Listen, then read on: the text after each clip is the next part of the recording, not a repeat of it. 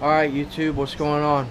So as you can see there, we're getting prepped to do the first fire on the my second new Novorossi 28.8 Rex Legend. That was, as you saw, the end of the fourth heat cycle. Heated up 220 degrees and let it cool down to ambient temperature, which expands and retracts all the metals, gets everything moving around in there. Also, before I did the first heat cycle, before I did anything, I cracked it up and I used my MP Amsoil metal protector to get everything lubed up good. So Amsoil is a little pricey, but it's really good shit, and if you can afford it, I recommend it. Of course, there's other stuff that's cheaper, WD-40 and things like that, but you know, I feel that when I'm dealing with the money that we're dealing with in these things, there's certain things that you shouldn't scrimp on, and lubricants probably are not one of those things. Obviously, engines, pipes, platforms, even servos. You don't want to get a $12 servo, but a $40 or $50 servo is good for a truck like this, for a platform like this. Now in the Techno, nothing but Savox Blacks for me right now. The speed and torque on those things is incredible. I've never seen anything like it in my life. Once I do the first fire up, I will video that with you guys so you can see how I do it. I break in all my engines in the Hyper 7, and yeah, we'll do it here in a little bit. But as you can see, I have a little project going on that I need to do first. My wife wanted a new barbecue pit, so I went and picked one up at Walmart. It's the same one I had before, and it lasted for 4 years. It just started rusting out, the pan in the bottom. It was time for a new one, so I just bought the same one. I mean, if it'll last 4 years out in the elements, I never had a cover on the old one or anything. It worked great. $97 at Walmart, people. We don't do gas grills. We only do charcoal here. The right way to barbecue. So anyway, I'm gonna go ahead and get this put together. Not looking forward to it. I hate putting shit like this together, but we'll get it done. Once we get it done, I'll get back on YouTube and we'll fire up the Rex Legend there. Also, I will hopefully this evening, if not tomorrow. I'm off tomorrow as well. We'll fire up this Rex Legend and we'll continue to try to put a good tune on her. I want to change out the fuel lines first. Shout out to my man Nitro Bird. Man, if you guys don't know, y'all check out Nitro Bird. This guy he's probably done it longer than I have. He's more knowledgeable than I am, but we're kind of the same in the sense that we're trying to learn as much as we can. I think that he's ahead of the curve on me, though, because I tell you what, man, Nitro Bird has got some knowledge. He's getting knowledge. He's learning, and he's learning quick. That guy, anytime I have a question or anything, he's got the answer, and 99% of the time it's the right answer, and he tells it to me in a way that I can understand it. So shout out to you, Nitro Bird. You're badass. Case in point, I showed y'all this Sky RC power switch that I got. My hobby owner just gave it to me. You know, I was like, alright, whatever, it's a switch. But Nitro Bird informed me that if I'm running lipos in my Techno, that this switch is a must. It's got a low voltage indicator. I didn't know where to mount it up. I wasn't sure, and he goes, hey, just mount it where the transponder goes. And sure enough, he's right, man. That crap just lines up perfect, man. So badass. Shout out to you, Nitro Bird. I appreciate that. I got the switch installed and we're good to go. Just waiting on the parts from the Techno. I'm excited, people. I love buying stuff off eBay. I'd rather buy it if they had it at the hobby shop so I can get hands on it right away. But you know, I just hate waiting for stuff, man. I got all this fuel. This Byron's coming. I'm really pumped up to check out this new Bones brew that I'm gonna get. just all that stuff, man. My new low-C tuning driver with the bump stop on the back, so you can hit your flywheels. It's exciting times, people, man. I love this hobby. I love 1/8 scale nitro. So I went to get the barbecue pit this morning and stopped by my local hobby shop, as always. I try to go by there at least 3 or 4 times a week just to touch base. But yeah, we have a new addition to the Nitro barn. This is an MBX5. I think they came out around 2006, 2007, something like that. Maybe 2005, being an MBX5. I don't know how that works. But it was there at the hobby shop. I was checking it out. I actually saw it yesterday, and I decided to go ahead and pull the trigger on it. It's pretty clean, man. I haven't found any rust anywhere on it. It does have an OS V-Spec 0.21 on here. I think it's a 0.21 VZB OS V-Spec.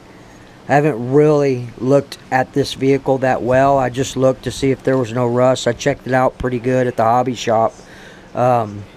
So it's got a lot of carbon fiber on it. It's got all your aluminum CNC chassis braces. You know, it's just, man, the shock towers are thick. It just looks good, man. It has a lot of upgrades. I went ahead and put a different wing. The wing was trashed, and I threw these Duratrax lockups on here. It came with these. These look a lot like lockups and bashing tires. Pretty close, not really, but I'll keep these as spares. I'm just not really into the yellow rims, people. I like my white rims, but just threw those on there. It's got the OS. I believe this is the 2090 pipe. I'm not sure what header this is, but it looks pretty good, man. It's kind of like the 41031 header, but probably OS. OS is brand, but I'm sure this is the 2090 pipe. It's got a dent in it, but I'll probably, once I get it cleaned up and everything and check out the motor and see where we go, I'll probably end up running the 053 on there. Should be okay. And I got the other OS pipe here. Well, this is actually the OS 2090, so I don't know what pipe that is. If anybody knows, I'm sure it's an OS setup. Hit me up, let me know what you got. This is the 2090 right here. This is what came with my Adam Drake B21, which I could run that engine in here as well. But people, I have a thing about putting .28s in these buggies, man. I love the way they rip. I love the power and the agilities of these things with the big engines. So my plan is to tear this thing all the way down, nuts and bolts, clean everything. I'm going to replace the tank. I'm going to replace the fuel lines, obviously. We'll check out the clutch. I'll break this OS engine all the way down and make sure everything's good. But I checked it out real well, man. It's solid, people. Underneath, pretty damn clean, man. There's only one scratch really there. There's not a whole lot of trophies. It looks like whoever had this took really good care of it for the age of it, you know. So I think Muggy's is an MBX7, but I'm gonna tell y'all what I paid for this. Y'all are gonna freak out, and I don't know why they priced it the way they did. And after we started talking, Phil in there was like, man, I think we're gonna, if you don't buy it, they're gonna up the price on it to about $250. It came with this crowd pleaser, brand new body for the MBX8. I mean, sorry, 8, the MBX5. So I got a brand new clear body, 2 cans of Tamiya paint, blue and black, and the buggy itself, $100. I paid $100 for this. I think it's a steal. I don't know what y'all think. I'm going to go through these shocks. We're going to redo all the diffs in it. I may upgrade these shocks to the 16 millimeter shocks. I've got a set of them over here. I'm not sure if I'm gonna do that or not, but I don't know. I probably will. It's a basher. You know, these types of shocks are good for the track. I'm assuming he was not set up for the track, seeing as that he had you know, the basher tires on it. But I'll probably use those 16 millimeter shocks. We'll beef it up a little bit. But everything on here is good, man. Nothing's out of place. Everything's in working order. Nothing's broken. The chassis looks good. I'm stoked, man. I may de-anodize all the blue because it's fading off here. But other than that, man, we're going to go through her. The engine is not seized up. It's not gummed up. It's got a lot of compression. I mean, it's really tight when you get up in the pinch. Whoever had it, they took really good care of it. Everything works proper. Everything's together. Nothing's broken. $100, people. I'll probably put a few $100 more into it, obviously. I already switched out the wing. The wing was crap. It was all messed up. But this is the original wing that was on the Hyper. Might as well utilize it. So, alright guys, I just wanted to show y'all what I got here. This is the original body. Show y'all what I got going on. Let me get this barbecue pit put together.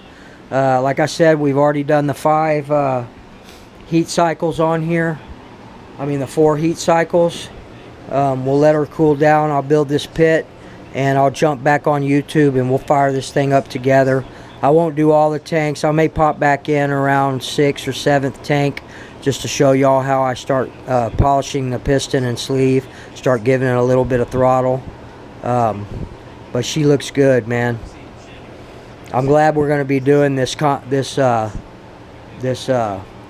that we're doing between the 8T Nova and the Hyper 7 with the Nova, because I love running this buggy with this engine in it. It's just fun. It's like a little squirrel, man. Like a little Tasmanian devil. It's badass. Also on this one, y'all remember I got the CNC aluminum knuckles on here. Haven't had no problems with those. And then the new servos I put in. So, alright guys, I checked my linkage. I also checked my idle gap on this brand new one and compared it to my idle gap on the other Nova that I've been trying to dial in, and I was a little bit too far open. So I think from my comments in the last video, I need to lean out my low end a little bit and we'll go from there. I think she was idling really nice. It's just that she would die after a few minutes, and it should stay running for at least 20 seconds or so. But anyway guys, that's going to be about it. Let me put the barbecue pit together. Shout out Nitro Bird. Shout out Raja. You're the man, Raja. Badass. Bodegel in California, Disneyland with Chris Bartolone. Well, he's not at Disneyland with Chris Bartolone, but they're visiting. I think that's badass, man, to get over there and to see one of those guys that you know you really looked up to and did really good work on his pipes and things. But kudos to you. Shout out Mr. Bodegel. Badass, and thank you for sharing that trip with us. It's great entertainment. I mean, we're really not learning anything, but it's really cool that you shared that with us. Thank you. You and your beautiful family, man. You got a great family. So other than that, family affair, badass, lights out, nice running video earlier. Crucial, thanks for the help, man, on the head warmer stuff. And Jury RC, kudos to you. Shout out. And anybody else that I missed, man. You guys are badass.